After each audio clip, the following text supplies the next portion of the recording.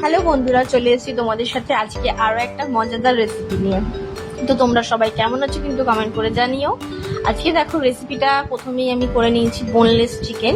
সেটাকে ম্যারিনেট করার জন্য আদা রসুনের পেস্ট, তার মধ্যে কিছুটা গোলমরিচ গুঁড়ো, সয়া সস আর একটা ডিম দিয়ে ভালো করে মিক্স করে নিয়েছি, পরিমাণ মতো লবণ দিয়েছি। আর দেখো কোটিং করে নিচ্ছি আমি কর্নফ্লাওয়ার দিয়ে। এটা কিছুক্ষণ আমি মেখে রেখে দেবো। আর অন্যদিকে পেঁয়াজ আর ক্যাপসিকাম গুলো আমি কিন্তু কেটে নিয়েছি। তো দেখো ঠিক এরকম কনসিস্টেন্সিতে মাখাটা হবে। এবার দেখো কড়াইতে তেল গরম করে আমি কিন্তু এক এক করে চিকেন গুলো দিয়ে দিচ্ছি, চিকেনের টুকরোগুলো ভাজার জন্য। আমি কিন্তু এটাকে একদম লাল করে ভাজবো না, হালকা গোল্ডেন ব্রাউন করেই ভেজে নেব।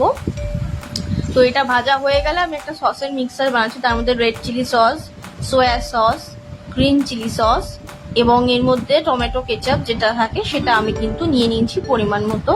নিয়ে হালকা একটু জল দিয়ে আমি এটার একটা মিক্সচার তৈরি করে নিচ্ছি। তো অন্যদিকে কড়াইতে আদা রসুন কুচি চপ করে কেটে নিয়ে তেলে আমি ফোড়ন দিয়ে নিয়েছি এবং তার মধ্যে ক্যাপসিকাম গুলো দিয়ে হালকা টস করে নিয়েছি 1 মিনিট মতো। তারপর আমি কিন্তু পেঁয়াজগুলো দিয়ে দিয়েছি। পেঁয়াজগুলো টস করার পরে আমি কিন্তু ওই যে গ্রেভিটা বানিয়েছিলাম সেটা দিয়ে ফুটিয়েছি। ফোটানোর পরেই কিন্তু চিকেনগুলো আমি সবটা দিয়ে দিয়েছি এর মধ্যে। এটাকে আমি একটু হালকা নেড়ে নিলাম যাতে টস করার জন্য চিকেনটা হালকা সসের মধ্যে টস করে ওপর দিয়ে গোলমরিচ গুঁড়ো ছড়িয়ে আমি কিন্তু গরম গরম এটা চাউমিনের সাথে সার্ভ করবো। এটা কিন্তু আমি ঘরেই বানিয়েছি, তোমরাও ট্রাই করো আর কমেন্ট করে জানাও কেমন লাগে।